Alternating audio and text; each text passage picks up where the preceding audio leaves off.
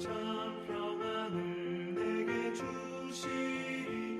그 손 못자국만 져라. 그 손 못자국만 져라. 그 손 못자국만 져라. 주가 널 지키며 인도하시리. 그 손 못자국만 져라.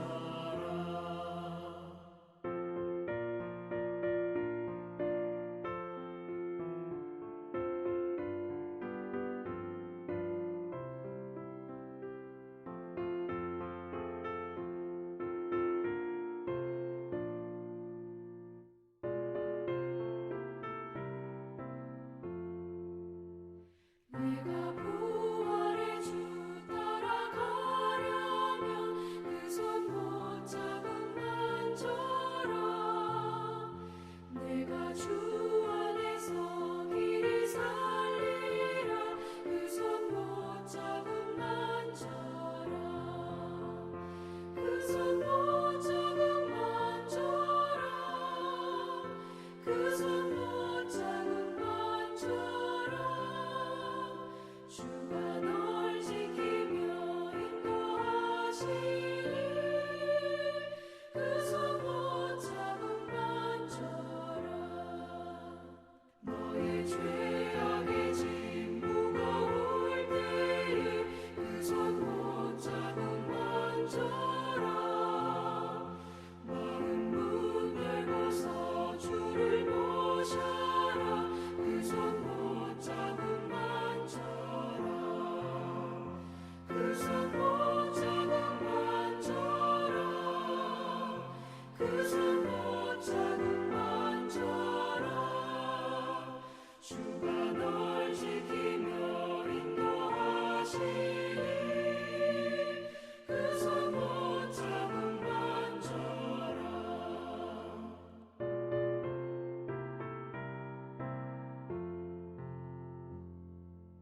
마가복음 14장 17절에서 31절입니다. 제가 읽겠습니다. 저물매 그 12를 데리시고 가서 다 앉아 먹을 때에 예수께서 이르시되 내가 진실로 너희에게 이르노니 너희 중에 한 사람 곧 나와 함께 먹는 자가 나를 팔리라 하신대. 그들이 근심하며 하나씩 나는 아니지요 하고 말하기 시작하니 그들에게 이르시되 12 중에 하나 곧 나와 함께 그릇에 손을 넣는 자니라. 인자는 자기에 대하여 기록된 대로 가거니와 인자를 파는 그 사람에게는 화가 있으리로다.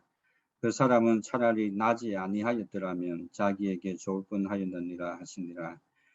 그들이 먹을 때에 예수께서 떡을 가지사 축복하시고 떼어 제자들에게 주시며 이르시되 받으라 이것은 내 몸이니라 하시고 또 잔을 가지사 감사 기도하시고 그들에게 주시니 다 이를 마시매 이르시되 이것은 많은 사람을 위하여 흘리는 나의 피 곧 언약의 피니라. 진실로 너에게 이르노니 내가 포도나무에서 난 것을 하나님 나라에서 새 것으로 마시는 날까지 다시 마시지 아니하리라 하시니라. 이에 그들이 찬미하고 갈람산으로 가니라. 예수께서 제자들에게 이르시되 너희가 다 나를 버리리라. 이는 기록된 바 내가 목자를 치리니 양들이 흩어지리라 하였음이니라. 그러나 내가 살아난 후에 너희보다 먼저 갈릴리로 가리라. 베드로가 여짜오되 다 버릴지라도 나는 그리하지 않겠나이다. 예수께서 이르시되 내가 진실로 내게 이르노니 오늘 이 밤 닭이 두 번 울기 전에 내가 3번 나를 부인하리라. 베드로가 힘있게 말하되 내가 주와 함께 죽을지언정 주를 부인하지 않겠나이다 하고 모든 제자도 이와 같이 말하니라. 아멘. 반갑습니다. 오늘 참 좋은 날씨입니다. 오늘 말씀 가운데 귀한 하나님의 은혜를 깨닫는 귀한 시간이 되시기 바랍니다. 이제 내일 모레면 한국의 2대 명절 중에 하나인 추석입니다. 사실 저는 한국을 떠나온 지 벌써 26년이 되어서 추석을 어떻게 보냈는지 생각이 가물가물합니다. 또한 호주에 처음 왔을 때는 추석이 되면 그립고 아쉬운 마음이 있었고 그랬지만 그래서 여기서 알던 사람들과 함께 모여서 추석의 느낌을 가졌지만 지금은 사실 마음이 덤덤합니다. 아마도 우리 딸은 아기 때 여기 왔으니까 추석에 대한 기분을 전혀 느끼지 못할 것으로 생각됩니다. 여러분은 어떠실지 모르겠지만 저는 어릴 때에 추석 때가 되면 제가 70년대 어릴 때니까 70대 초반 되겠죠. 그때는 가난한 시절이었기 때문에 항상 추석 전에 새 옷을 사고 새 신발을 샀던 그런 기억이 있습니다. 그리고 오랜만에 목욕탕에 가서 한두 시간 동안 있으면서 때를 불려가지고 씻고 나왔던 기억도 있습니다. 근데 제가 옛날에 그런 기분이 있다가 여기서 한국 가서 목욕탕에 가보니까 10분 이상 있기가 힘들더라고요. 옛날에는 어떻게 한두 시간 동안 있었는지 모르겠어요. 어쨌든 목욕탕에 대한 추억이 있습니다. 뿐만 아니라 가족 모두가 함께 오랜만에 맛있는 음식도 먹고 친구들과 어울려 이곳저곳을 다녔던 기억도 납니다. 커서는 선물을 사가지고 부모 형제들 보고 인사하고 그 정도였던 것 같아요. 그리고 그때 보지 못했던 교회 친구들을 오랜만에 만나서 음식 먹고 차 마시고 집에도 방문했던 기억도 납니다. 이런 의미에서 우리도 락다운이 아니었으면 교회에서 함께 모여서 맛있는 음식도 먹고 서로 위로하고 교제하는 좋은 시간을 가졌으면 좋았을 텐데 그러지 못해서 아쉬움이 남습니다. 사실 우리가 6월 마지막 주부터 함께 예배되지 못하고 식사와 교제를 나누지 못했습니다. 6월 마지막 주도 사실은 제가 생일이어서 그때 함께 식사를 하려고 딱 생각하고 준비하고 있었는데 함께 그렇게 하지 못했습니다. 오늘 본문을 보면 오늘 본문에 나온 배경도 우리가 맞이하는 추석처럼 이스라엘 사람들이 가장 큰 명절로 여기는 6월절에 일어난 이야기들입니다. 예수님께서 6월절 첫날 저녁 때에 제자들과 함께 식사를 하시며 그리고 주의 만찬을 베풀면서 그리고 마친 후에 감람산에 가서 말한 내용들입니다. 그러나 이 6월절에 예수님께서 제자들에게 하신 말씀은 우리에게 꽤나 충격적인 그런 말씀들입니다.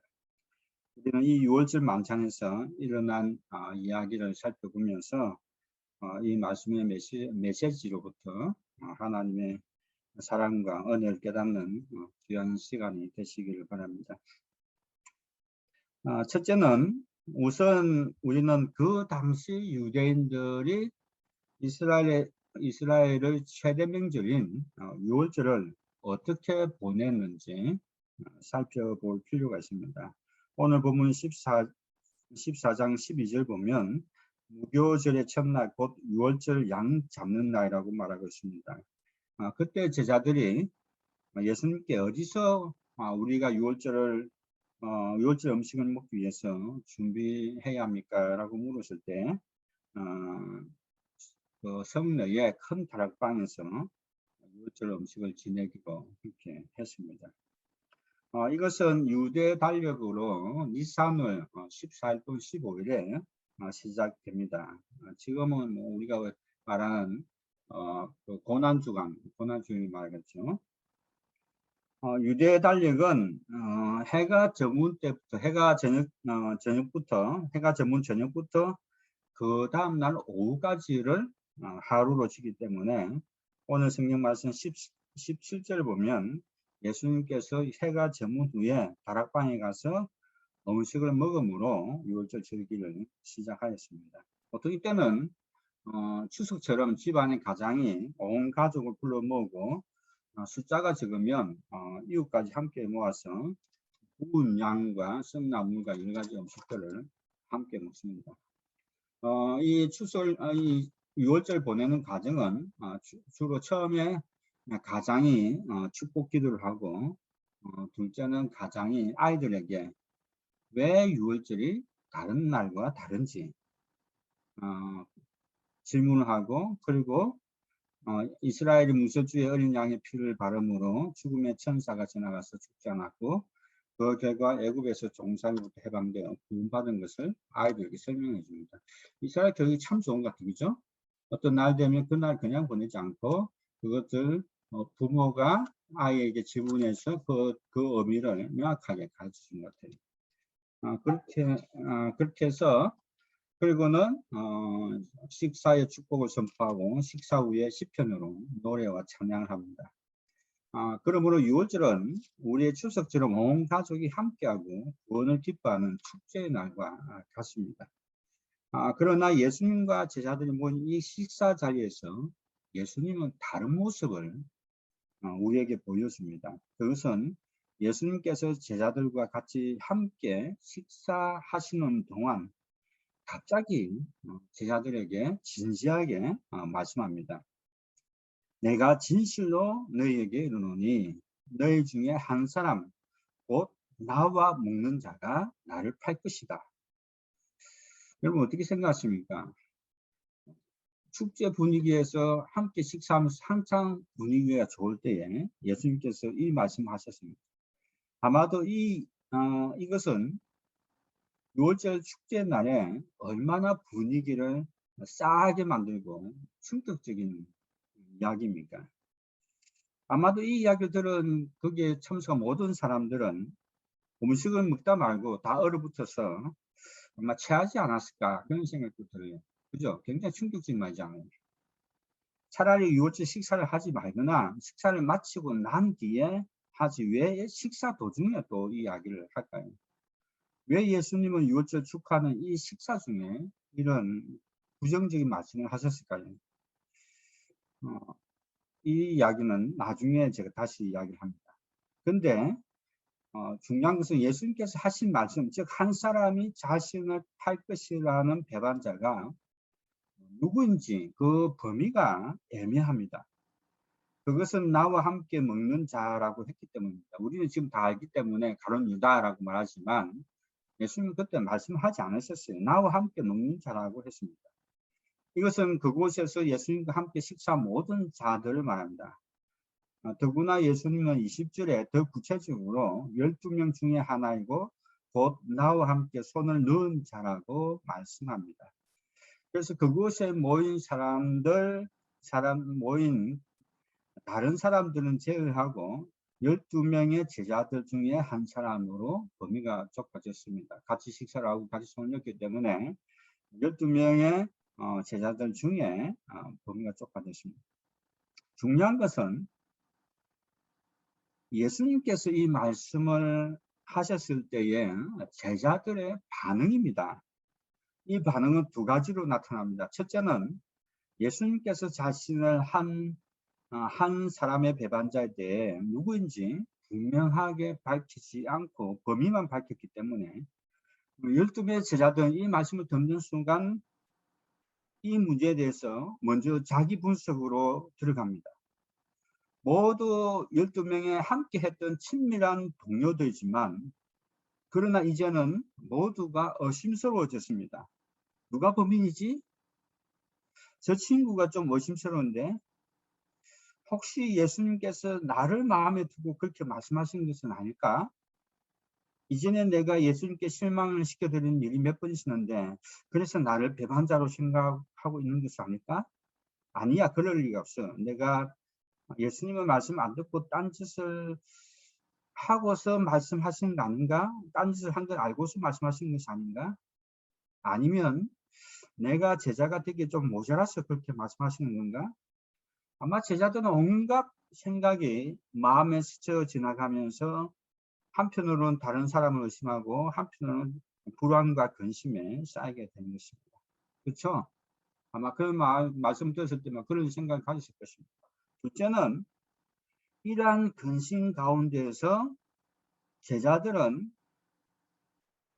자신을 인정하기보다는 자신을 정당화하고 예수님의 말씀에 저항합니다. 제자들은 한 사람씩 자신이 범인으로 찍힐까 두려워서 나는 아니지요. 나는 아니지요. 라고 바를 물어봅니다. 영어를 보면요. Surely you don't mean me. Surely you don't mean me. 또는 영어로 Surely am I not. 그렇게 말합니다. 확실히 surely 확실히 나를 의미하는 것은 아니죠. 그렇게 예수님께 한 사람이 질문합니다. 확실히 나는 아니죠. 예수님 그 배반자가 확실히 나는 아니죠. 라고 말한 것입니다. 이것은요. 공경에 처했을 때 인간의 놀라운 심리를 보여줍니다.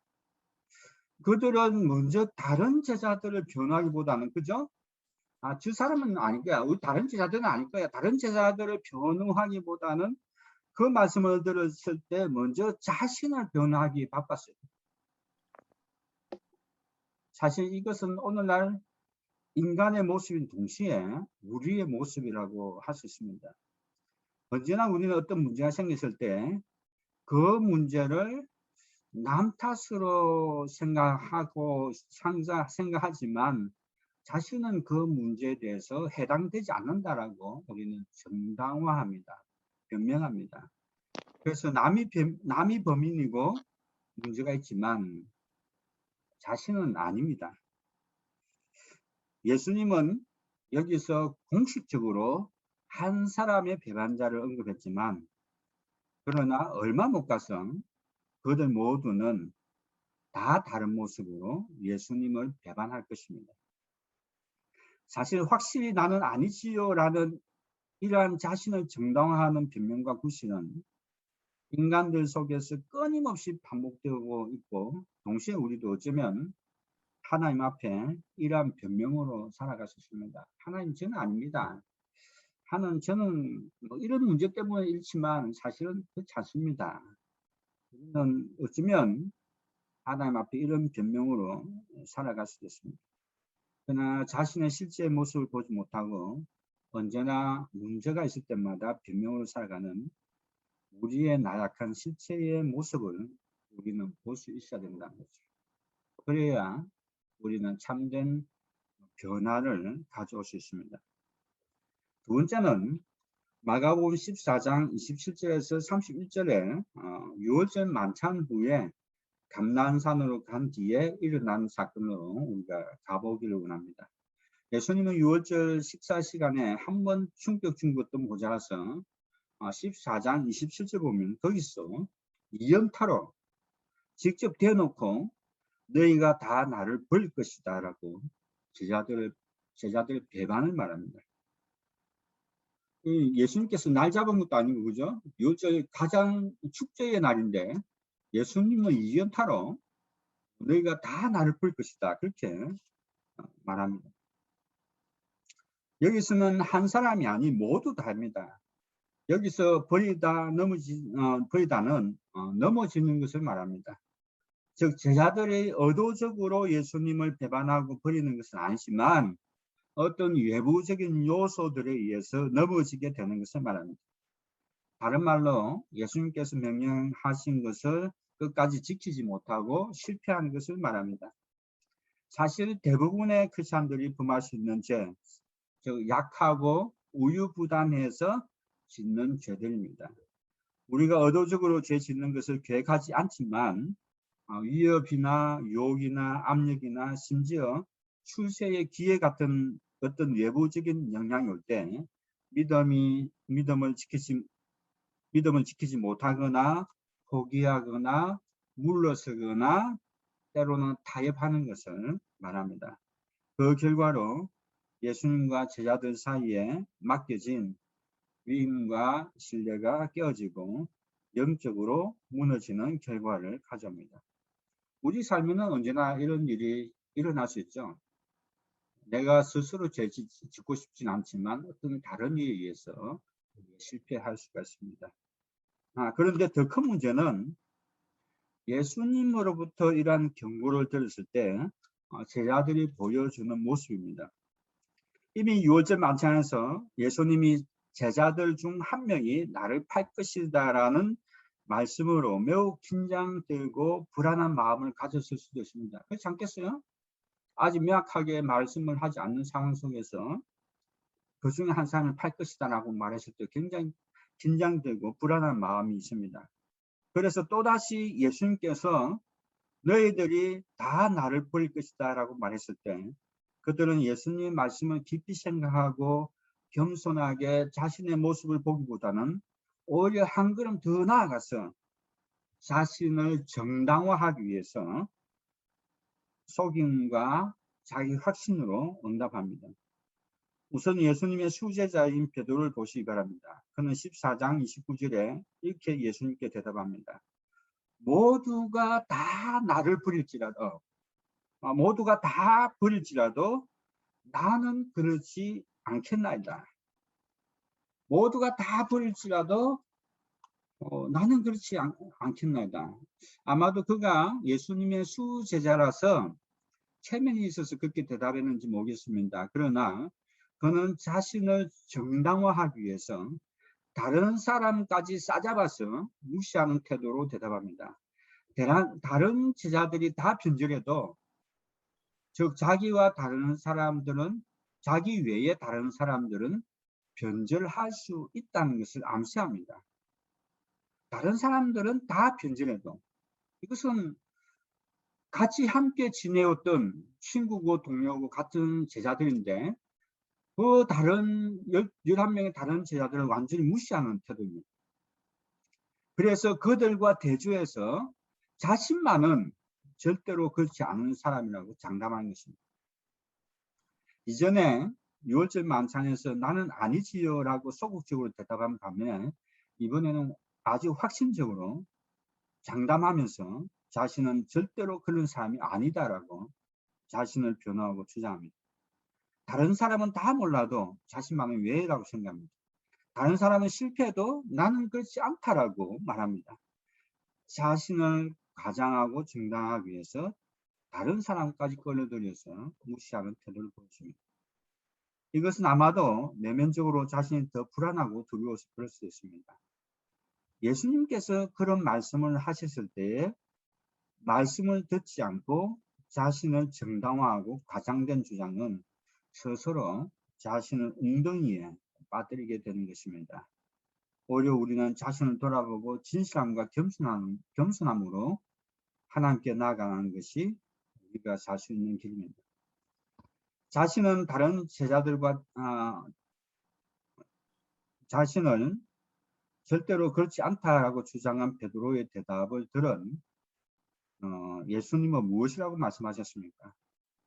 이 대답을 들은 예수님은 한 걸음 더 나아가서 베드로에게 내가 진실로 너에게 이르노니 오늘 이 밤 닭이 2번 울기 전에 내가 3번 나를 부인하리라. 그렇게 말씀하셨어요. 이것은요, 예수님께서 베드로의 부인에 정면으로 치명타를 날렸습니다. 처음에 한번 너희 중에 한 사람이 나를 배반하리라고 말씀하셨고, 이번에는 2번째는 모두 다 나를 버릴 것이다 말씀하셨고, 그러자 베드로가 부인하고 나는 절대 그렇지 않습니다. 다른 제자들은 그럴지 몰라도 나는 절대 그렇지 않습니다 라고 말했을 때 예수님은 정면으로 그 대답을 치명타를 날렸습니다. 오늘 밤 닭이 2번 울기 전에 내가 3번 나를 부인하리라. 즉 자신에 대해 착각을 하고 거짓된 확신으로 자신을 변명하는 베드로에게 베드로 자신의 실체를 예수님은 그대로 대놓고 말씀하셨습니다. 여러분, 어떤 순간에 한 번 부인하는 것은 우리가 본능적으로 약해서 그 순간을 모면하고자 실수할 수 있습니다. 그렇죠? 어떤 순간에 딱 부닥치게 되면 당황해서 우리는 실수할 수 있고 실패할 수 있습니다. 그러나 3번 부인하는 것은 어떤 순간에 약하여 미끄러진 것을 말하는 것이 아닙니다. 3번 부인한다는 것은 변명할 여지 없이 그동안 자신에 대해서 가졌던 자부심과 확신이 어떻게 쉽게 무너지는지를 보여주는 것입니다.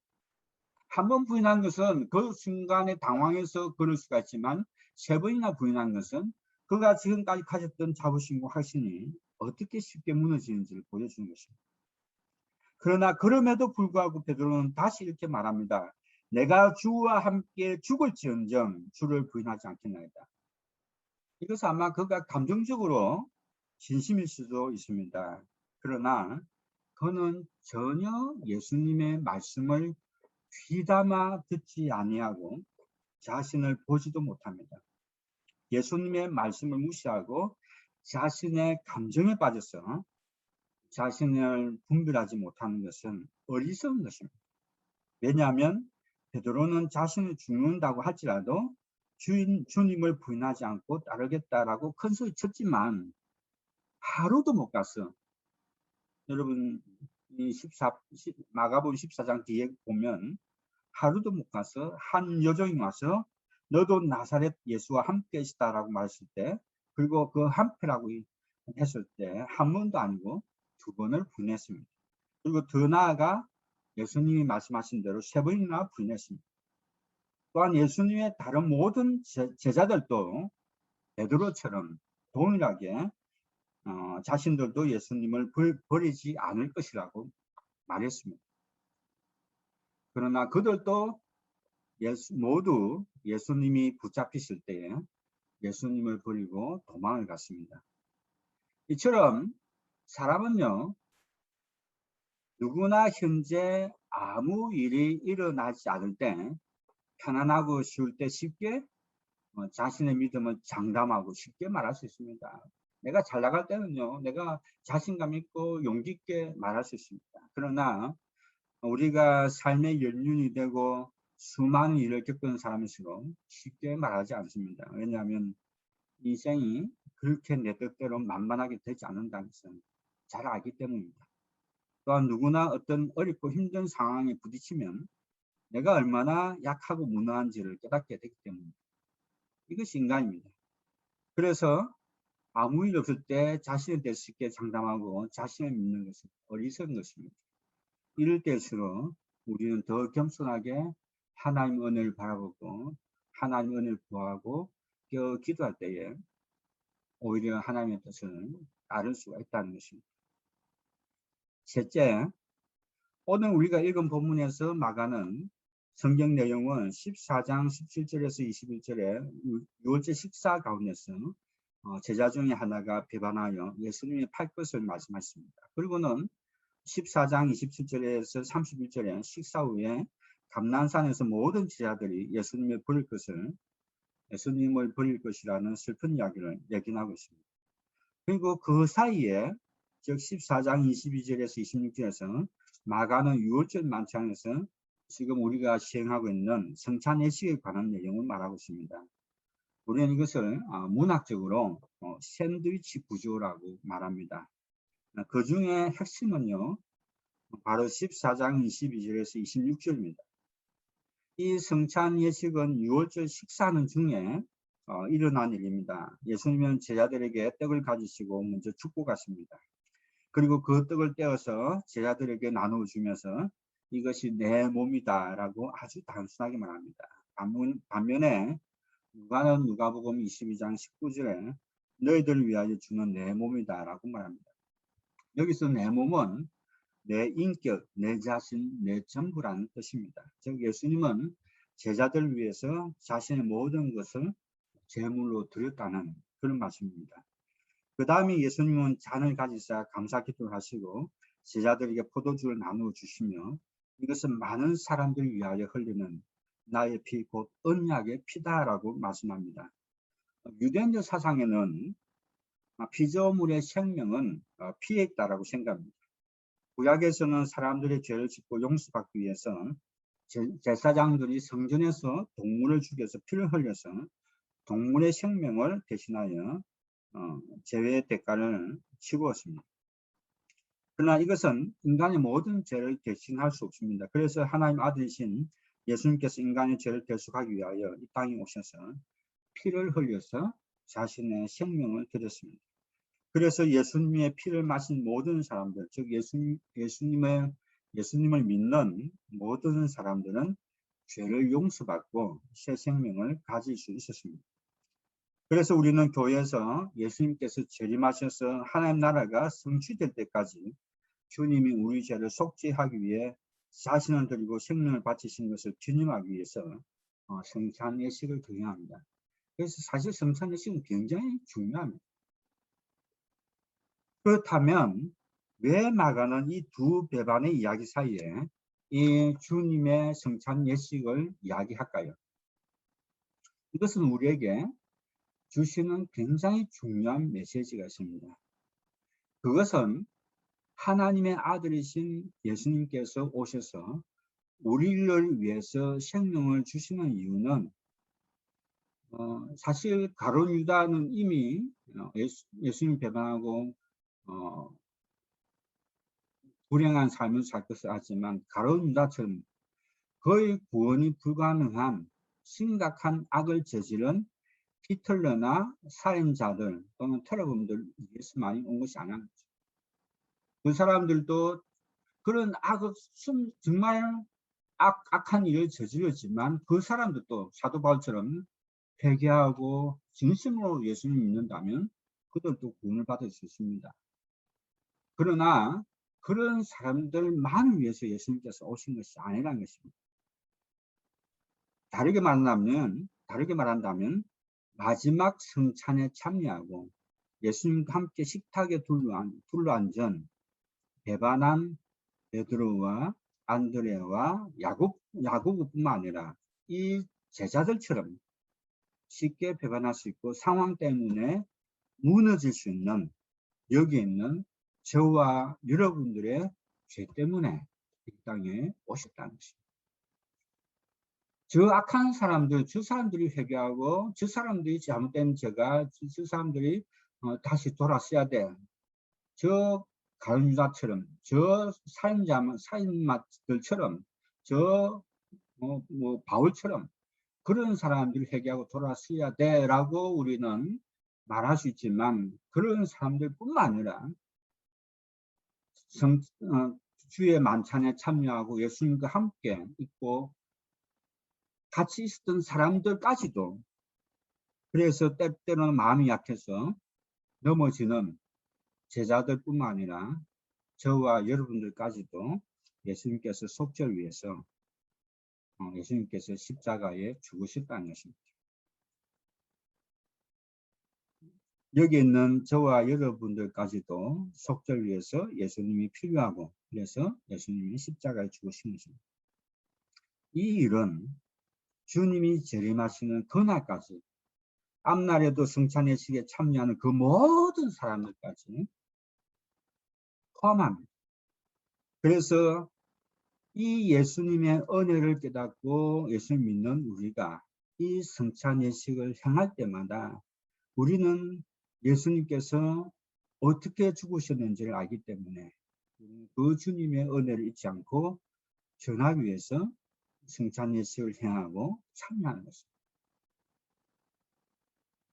이 마가는 이 말씀을 우리에게 가르쳐주기 위해서 가룟 유다의 배반뿐만 아니라 이 제자들의 배반까지도 이게 샌드위치 구조로 만들어서 우리에게 보여주고 있는 것입니다. 다른 말로 한다면 가룟 유다뿐만 아니라 너도 나도 우리도 예수님이 꼭 필요합니다. 예수님의 은혜가 아니면 우리는 배반하고 범죄하고 살아갈 수밖에 없는 그런 존재라는 사실을 오늘 이 말씀을 통해서 우리에게 깨닫게 해줍니다. 그래서 이 말씀을 통해서 우리는 정말 이 예수님의 은혜가 얼마나 큰지를 다시 한번 깨달았으면 좋겠습니다. 그 은혜가 있기에 우리가 지금 이 자리에 있고 여기에 있는 것입니다. 말씀을 정리하면 우리는 약한 존재입니다.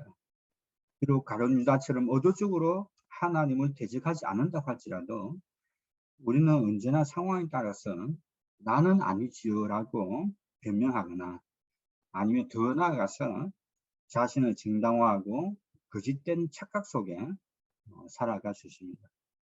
그래서 우리는 어떤 일에 걸려서 실패하고 넘어질 때가 있습니다. 사실 이것이 우리의 모습입니다.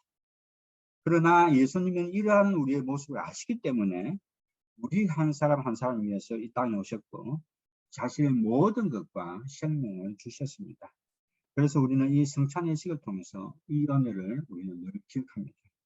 그러므로 사랑하는 성도 여러분, 우리는 우리의 이러한 약한 모습을 늘 깨닫고 교만하지 않고 늘 하나님 은혜를 바라고 엎드리면서 살아가시기를 바랍니다. 이러한 삶을 살 때에 하나님과 더 깊이 나가고 은혜 속에 살아갈 수 있습니다. 우리 이 말씀을 생각하면서 우리가 함께 기도했으면 좋겠습니다. 첫째, 먼저 우리의 삶 속에서 늘 먼저 우리 자신의 모습을 볼 수 있게 해주옵소서라고 기도했으면 좋겠습니다. 둘째는 문제가 있을 때 변명하거나 자신을 정당화하지 않게 해달라고 기도했으면 좋겠습니다. 첫째는 우리는 늘 주님의 은혜가 필요한 자들입니다. 늘 은혜 안에 살게 해달라고 기도했으면 좋겠습니다. 네 번째는 우리 교회와 우리 가정을 위해서 기도했으면 좋겠습니다. 다섯 번째는 범벌 교회와 코로나로 어려운 사람들 위해서 기도했으면 좋겠습니다. 우리가 함께 하겠습니다.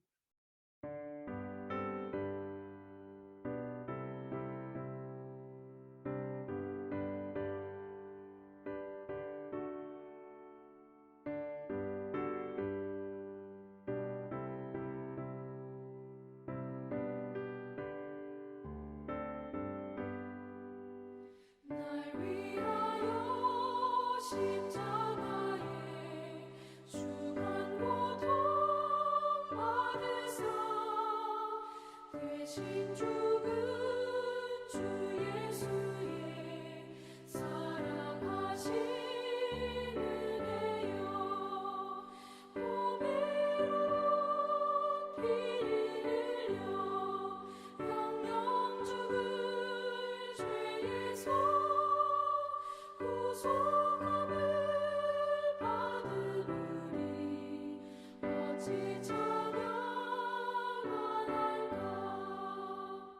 예수 안에 있는 우리 한량없이 즐겁고 주 성령의 위로함이 마음속에 차도다. 천국의 목소리 같은 은혜로운 그 말씀 끊임없이 듣는 우리 어찌 찬양하날까.